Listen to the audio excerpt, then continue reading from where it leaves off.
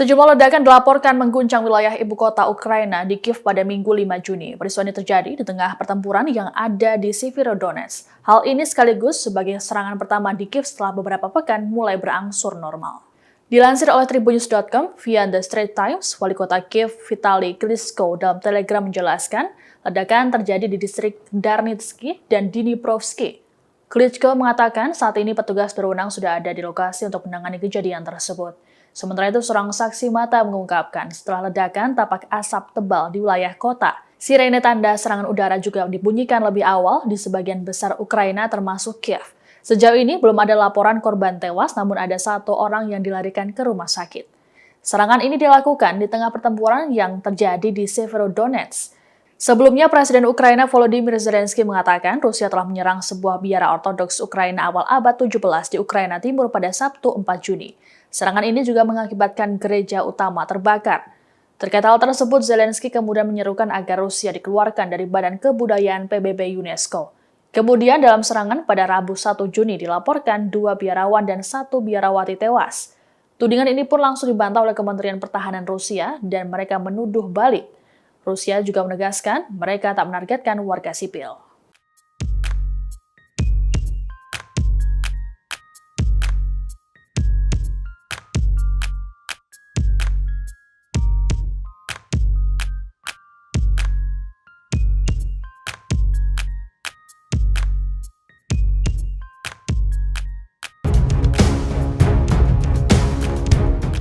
Sebuah jet tempur milik Angkatan Laut Amerika Serikat jatuh di Gurun California Selatan pada Jumat 3 Juni 2022.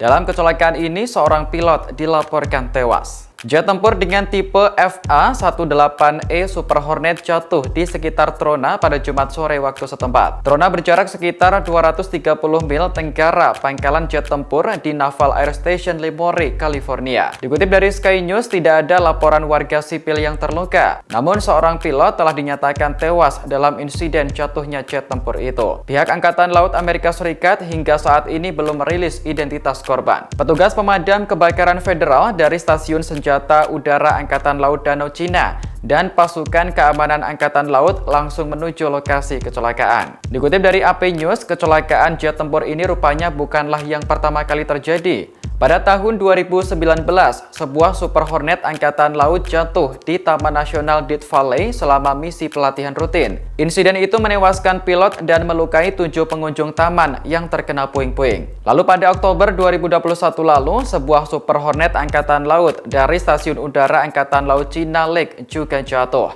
Kemudian pada tahun 2020, satu lagi dari Lemoore pun mengalami kejadian serupa. Semua insiden itu terjadi selama misi pelatihan. Pilot berhasil keluar dengan selamat, satu di daerah selatan terpencil Taman Nasional Death Valley, dekat perbatasan Nevada, dan yang lainnya di Gurun Mojave.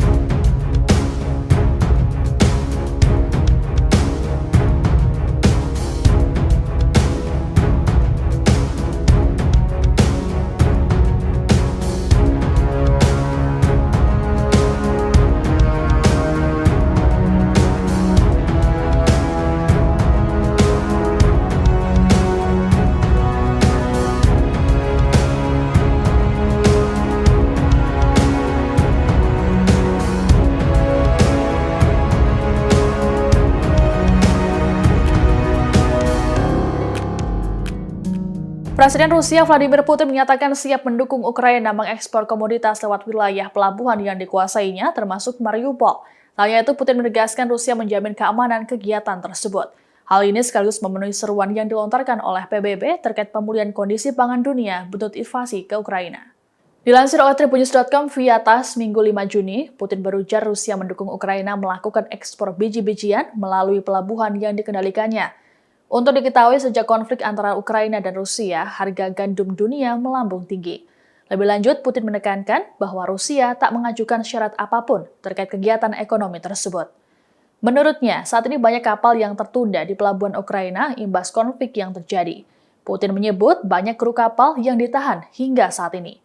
Sebelumnya, pada bulan Mei lalu, Sekretaris Jenderal PBB Antonio Guterres sudah melakukan kontak yang intens dengan Rusia, Ukraina, Turki, Amerika Serikat, dan Uni Eropa untuk pemulihan ekspor gandum Ukraina di tengah krisis pangan dunia. Guterres kala itu optimis masih ada langkah yang harus ditempuh untuk memulihkan keadaan. Dalam pertemuan ketahanan pangan di PBB, Guterres juga mengimbau agar Rusia mengizinkan ekspor biji-bijian yang aman dan terjamin di pelabuhan Ukraina. Ia juga meminta agar makanan dan pupuk Rusia memiliki akses penuh dan tidak terbatas ke pasar dunia.